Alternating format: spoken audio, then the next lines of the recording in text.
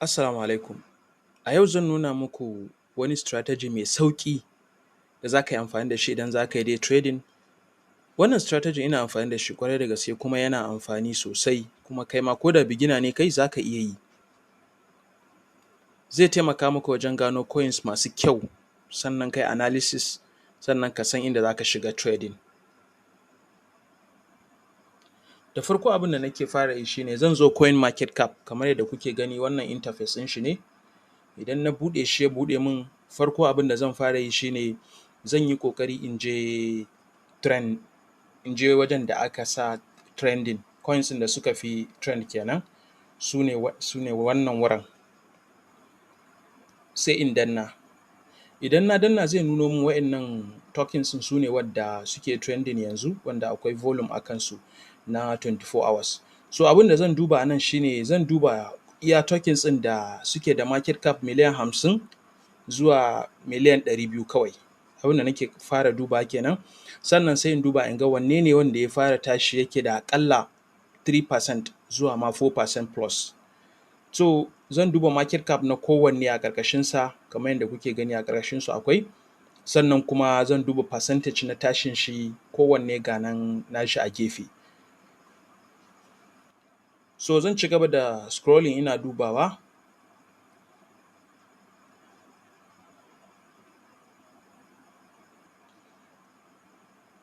Ok, to bari mu ɗauki misali da wannan coin ɗin misali. Yana da 300 million market cap, sannan kuma ga farashinsa nan, sannan kuma duk da cewa ƙasa yake yi, ya kai 3.78%. So abin da za mu yi shi ne bari mu danna kanshi mu gani. So idan ya buɗe min a nan, abin da zan yi na gaba shi ne zan yi scrolling in je in duba a wane exchanger yake kenan, sai in zo kan wannan market ɗin da kuke gani.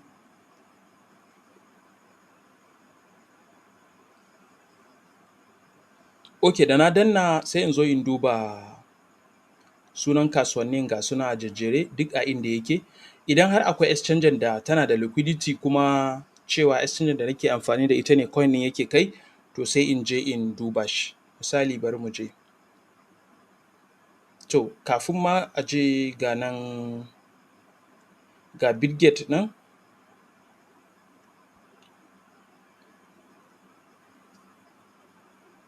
So ga volume na 24 hours da yake kan Bitget a lokacin. Next abin da zan yi shi ne, tunda na ga exchanger, sai in je in ga wani labari, in duba news cewa akwai wani labarin da zai ɗaga shi ne, partnership ko wani abu ne da suka yi wanda yana da ƙarfi da zai ɗaga wannan coin ɗin. So a taƙaice dai babu wani labari, wannan labari ne wanda ga shi tun last July. So zan koma baya kan market. Ok, idan na dawo overview na kalli chart ɗin, sai in je can ƙasa, sai in zo in duba community sentiment, na ga cewa wanne percentage ne ya fi yawa, bullish da kuma bearish. So a nan bullish yana 76%. So shi kenan, abin da zan yi kawai sai in tafi trading view.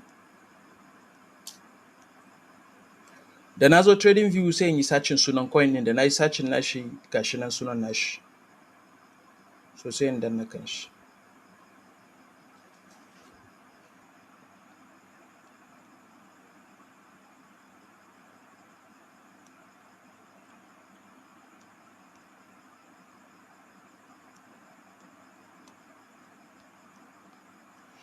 So kamar yadda kuke gani ga shi nan, sai in zo in amfani da long ɗina in zana shi a nan wajen.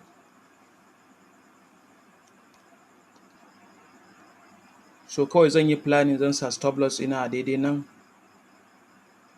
take profit ina a daidai santan wannan farkon, don second TP na sai in sa shi a daidai kusa da wannan wick ɗin.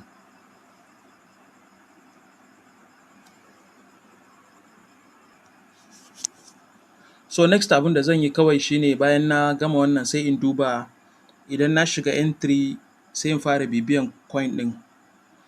Idan aka ƙara samun additional na 3%, 4 to 5% a ƙasa, so sai in matsar da stop loss ina zuwa sama kaɗan. Misali na riga na sa shi a nan, to sai in mai da shi sama kaɗan, stop loss ɗina ya dawo nan wajen. Me yasa zan yi haka? Saboda zan mai da shi daidai entry point ɗina na da kenan. Ana cewa abin break even, na ƙara matsawa kenan. So zan ci gaba da bibiyan shi bayan kamar awa ɗaya, idan aka ƙara samun 5% zuwa 6%, to ko da ban zo wannan second week ɗin ba, zan cire 50% na abin position ɗina da na shiga wannan coin ɗin. Sannan daga ƙarshe after 4 hours kuma zan ma fita gaba ɗaya daga kasuwar. So wannan idan kun lura ina ɗan bibiyan shi kaɗan kenan, ba zai yi in fita ne wai don na sa stop loss in ƙyale shi in tafi wasu abubuwa daban ba. Wannan strategy yana da sauƙi ƙwarai da gaske, ba za ka tara indicators masu yawa a kanka, babu wasu wahalhali, kuma ina kyautata zaton insha Allah idan ka yi shi yadda ya kamata za ka ga result mai kyau in Allah ya yarda. Sai dai kuma wannan ba financial advice ba ne, ku yi amfani da risk management sosai kafin ku yi trading. So a taƙaice wannan shine strategy mai sauƙi, kuma beginners za su yi amfani da shi akan day trading. Ka gwada, kuma in ka gwada insha Allah za ka ga alfanu haka. Assalamu alaikum.